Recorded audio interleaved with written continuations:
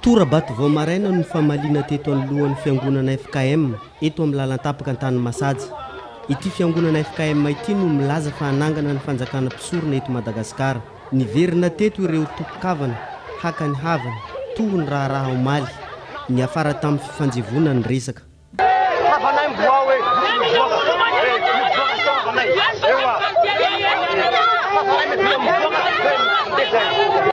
Nosakana ny andaniny sy ny ankilana ny lalana nandritra ny 30 minitra ny sian'ny Torabato.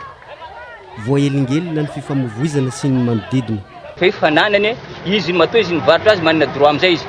Ka tsy tokony izy diranizy zay fa manjary mampiditra savorivory le izy. Dia izy zao manjary nisy le acte lasa hoe nisy lasa fioara-pety fa say olombelona ihany. Zany hoe zany dia momba ny marika tangaza sy ny tariny teto. Tokony asomny amin'ny tanàna mihitsy satria ohatra manavotany sain'ny vahoaka. Sady tena fa tena ohatra ny miopapana mihitsy le zavatra ataon'ireo savorivory aty ary le vahoaka amin'ity tanàna ty. Ya maro fiangonana fa tsy misy ohatrany hoe ohatra amin'izao zavatra misy ohatra amin'izao. Mialohany nahatongavan'ny mpitandro ny filaminana teto, nanamafy ny solotenan'ny fiangonana fa fitoriana teny filazantsara no ataon'izy ireo ary tsy mihemotra amin'ny sakantsaka nataon'ny hafa. Fotoana itenenako zao ka mampahafantarao fanjakana fa tsy ho d'accord ary tena mahafantarao hoe tsy ho d'accord ty zavatra ty ary tsy lamina mihitsy. Dia ampahafantarako anareo zay. Mandeha ny convocation nationale zay tsy andeha zay tsy anao. Mazava angamba zay.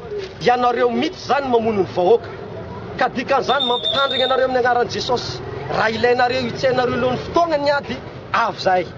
Fa mino somatoky afa mametrapetraka zao afatra zao ary io programme io dia fanjakan'Andriamanitra ny origny eto. Fa ho anao zay mbola manohana ny Satana dia efa miomana koa fa tsy maintsy hiongana amin'ny seza. Telo amin'ireo lohandohan'ny mpisorona ao amin'ity fiangonana ity no nalain'ny mpitandro ny filaminana anaovana famotorana. Taorian'io vao nirava ny olona sady niparitaka ihany koa ny janona ny fifampiantsiana sy ny Torabato.